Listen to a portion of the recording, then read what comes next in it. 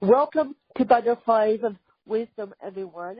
And if I have technology issues on my end, don't worry. You can still hear this interview. As a matter of fact, I am going to put myself back on my mic because I apparently sound low to Susan.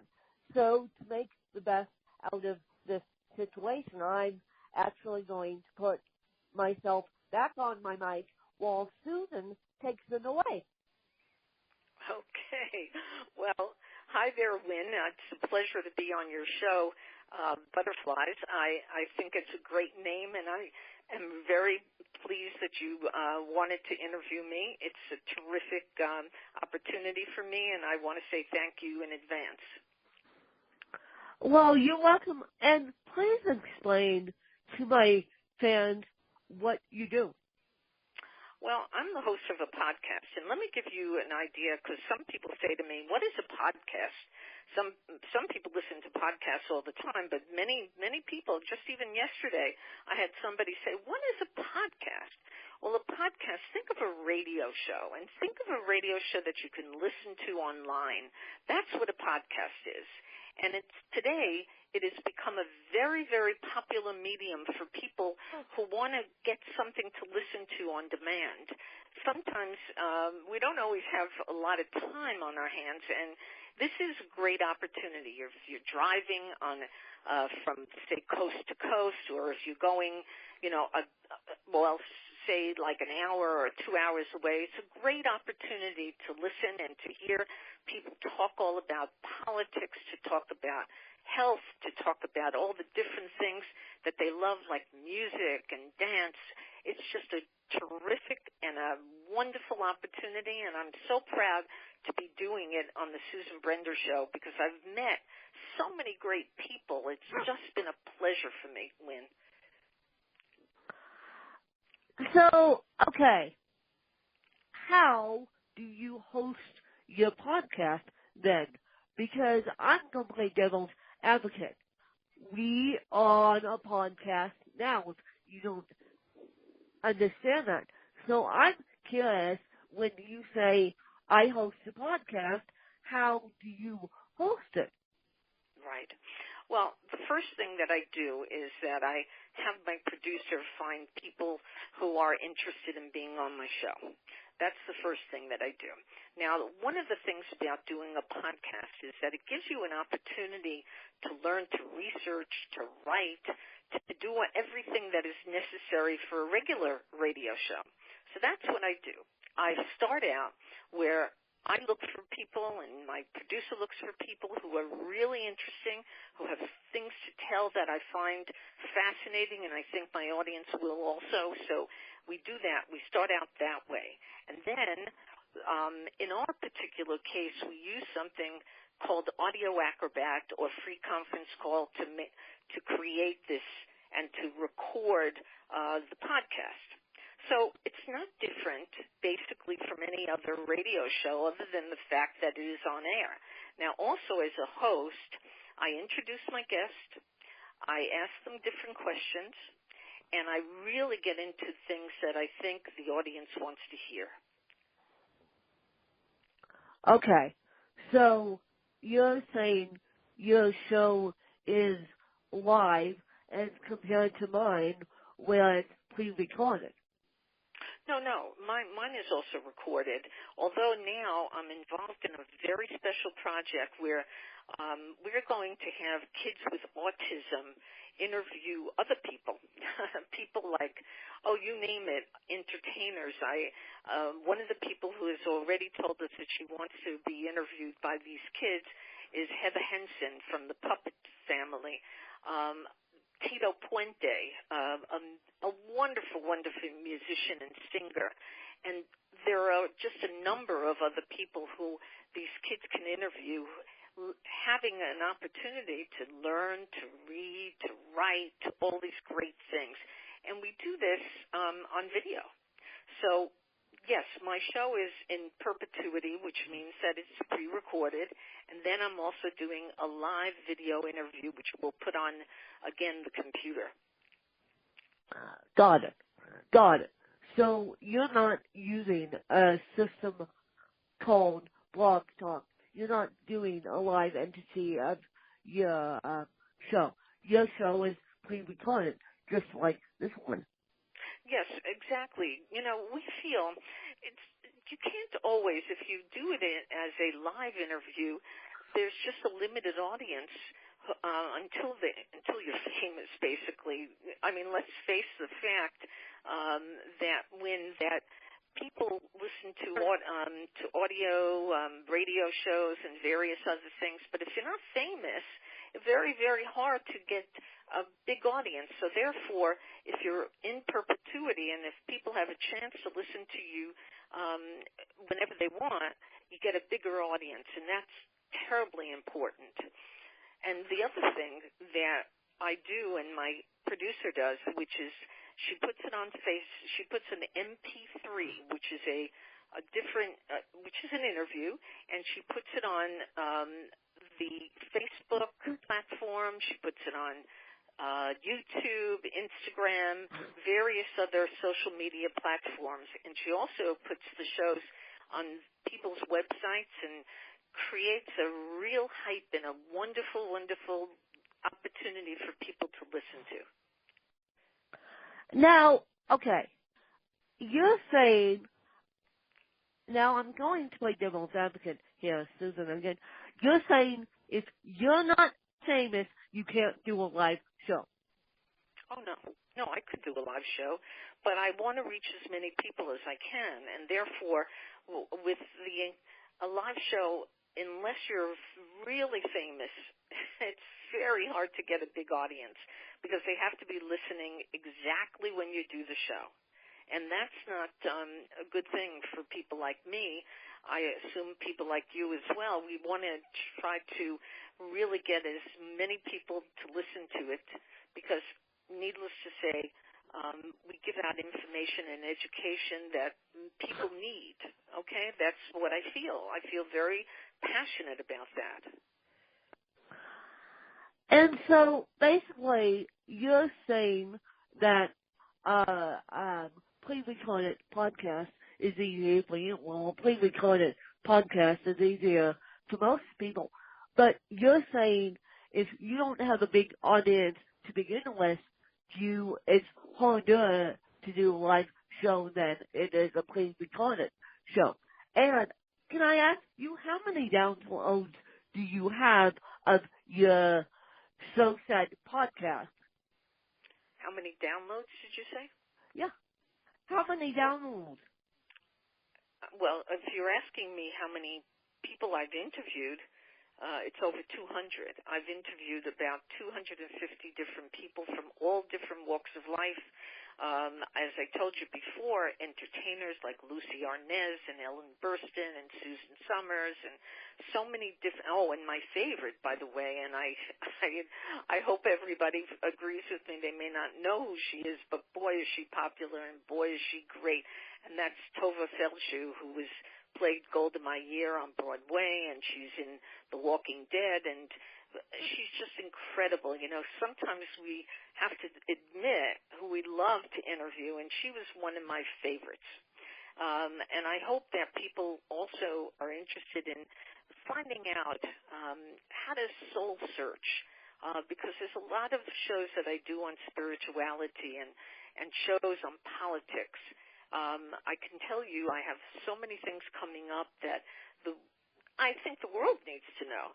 But anyway, that's how many shows that I've done in the past. So you have interviewed over 200 people, but you're not telling me how many downloads you get per episode. Oh, you're talking about how many people like my show on Facebook? No, how many people actually click on your show? Now I'm curious as to, since you interviewed all these famous people, how many people actually listen to your wisdom? Well, it's very difficult when you do a show in perpetuity or a show that I'm talking about, which is pre-recorded, to know exactly how many people listen to it. But I can tell you, everybody's different. I have guests, who have so many downloads. It's just terrific. And then I have guests who have just a few. It depends on the particular subject that I'm dealing with. But from my point of view, I try very hard to get as many people as possible, but this is the nature of a podcast. You really don't know exactly, although, you get an idea of how many, and I'd like to tell my audience to please go to the Susan Brende show on your computer, and then please like my show on Facebook. This is really important. Thank you for letting me have a chance to say that, Wynn. So your show is not in any mobile devices. People have to sit and listen to it on their computers. Well, that's not really true. They're able to listen to it when they're in their cars. My producer can tell you exactly how that's done, but I know that people can listen to it anywhere they want, just plugging in their phone to a computer or plugging a phone into their car. They can do that. And my friends tell me, as a matter of fact, I'm based in Florida, and people say to me, Susan, I drive my car across the country and I listen to your podcast, and it keeps me entertained. Well, when they say that to me, Wynn, I got to tell you, I feel so good because really, really I want to repeat that. My goal is to give information and education to so many different ages out there, boys, girls, men, women, octogenarians, you name it. That's what I'm trying to do. So, okay, you went from politics to entertainers. What has been your favorite subject matter you have had on your podcast? Thank you for asking that. It's a very interesting thing. I used to do shows that were really strictly entertainment. For example, interviewing people in the radio, in the music business, or people in dance companies, because I always feel that music transcends everything. In fact, I was going to even say to you before I continue telling you a little bit more, don't you think that music transforms people in ways they can't even describe?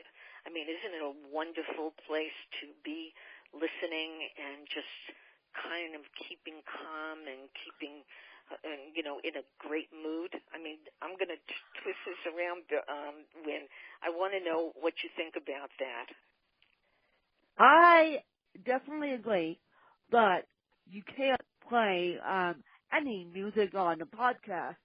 So playing music on a podcast is a whole different kettle of fish because playing someone's CD, even if I record the CD and even if I pull it off YouTube and even if I record the CD of me singing Michael Jackson track, you can't play it on a podcast.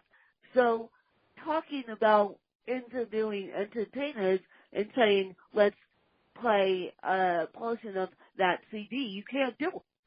Right, I know. Yeah, well, what we do is we ask permission for it, and we also purchase music.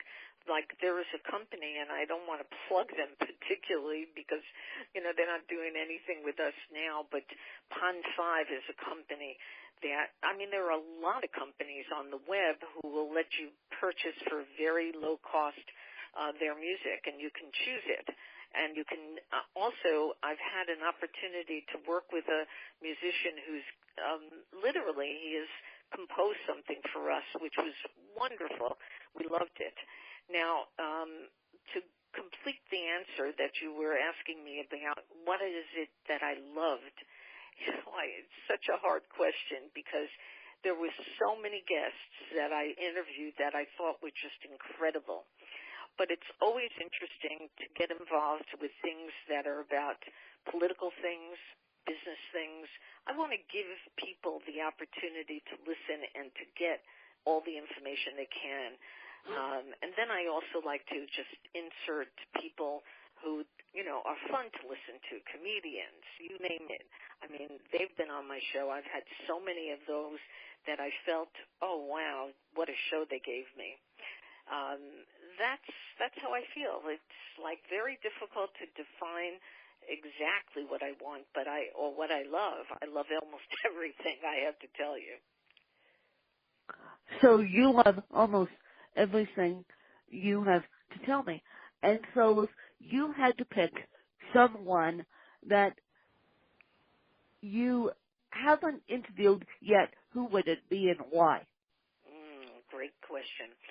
Well, I love doing shows that are trending, the kinds of subjects that are trending now.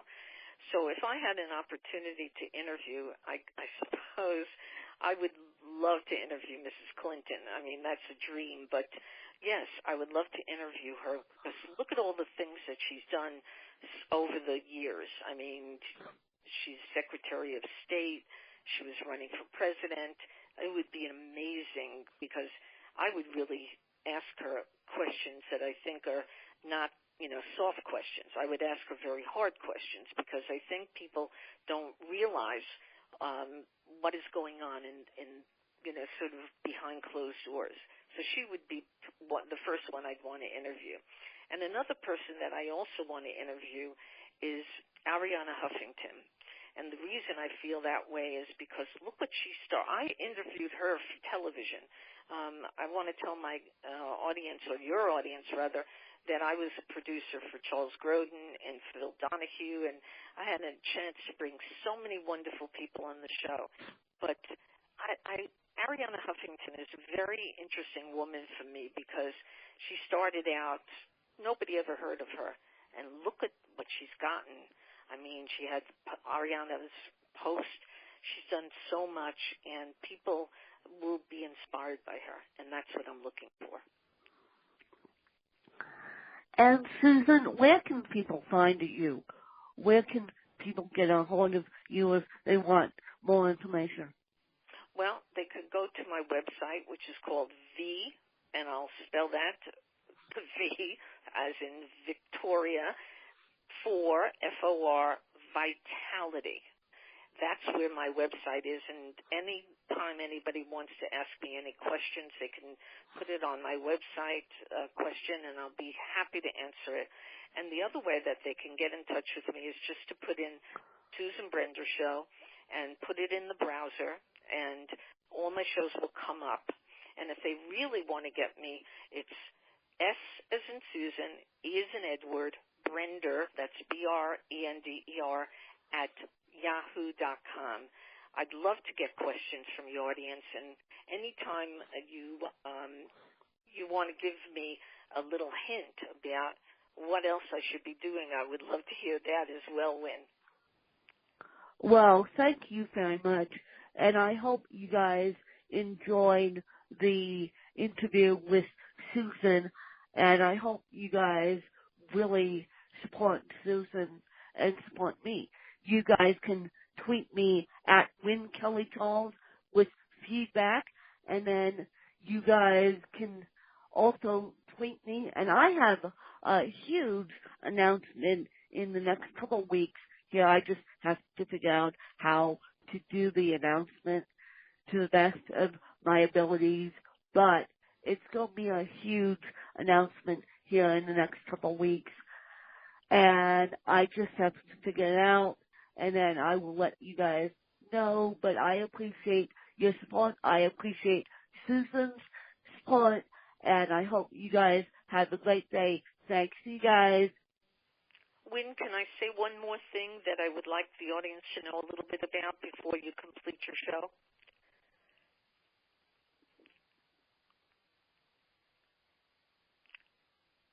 Wynn?